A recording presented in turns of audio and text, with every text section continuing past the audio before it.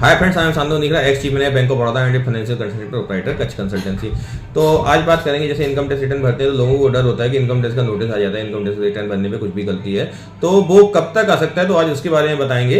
तो सबसे पहले जो नोटिस होता है, जो सबसे हल्का नोटिस होता है, उसको बोलते हैं अंडर सेक्शन 143(2) स्क्रूटनी असेसमेंट, जो कि आ सकता है आपके असेसमेंट ईयर एंड होने के 3 महीने के बाद तक। जैसे अभी असेसमेंट ईयर 2024-25 चल रहा है, तो ये जब मार्च में एंड होगा तो 30 जून तक इस साल का जो रिटर्न फाइल गया उसका स्क्रूटनी असेसमेंट आ सकता है, उसके बाद नहीं आएगा।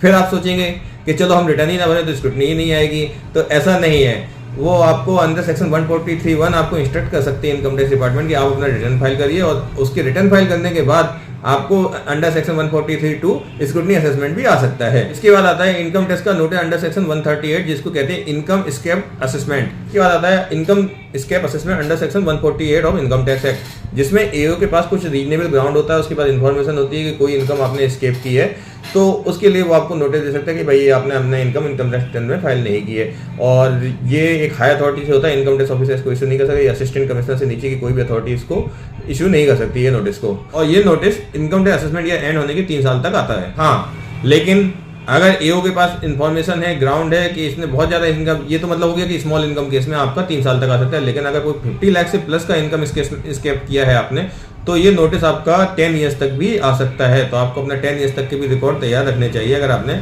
कुछ इनकम में झोलझाल किया है तो। फिर होता है इनकम टैक्स का नोटिस अंडर सेक्शन 156, जिसको कहते हैं डिमांड नोटिस, मतलब सीधे payable of demand. Income tax assessment करता है और आपको दे देता है कि भाई आपको इतनी डिमांड भर दीजिए, आपका इनका आपने इतना कम भरा है, तो ये डिमांड नोटिस होता है पेबल। फिर आता है सेक्शन 144 में बेस्ट जजमेंट।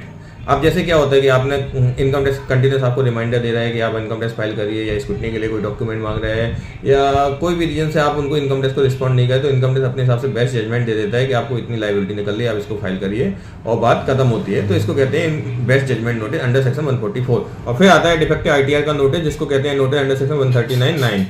तो ये सारे नोटिस थे इनकम टैक्स के जो डिमांड करते हैं, और उसका टाइम पीरियड भी मैंने आपको बताया जो मेजर नोटिस इसका था। और हमारे कच्छ कंसल्टेंसी द्वारा income tax consulting and income tax return filing service दी जाती है बेस्ट रेट पर, तो आप मुझे भी कांटेक्ट कर सकते हैं।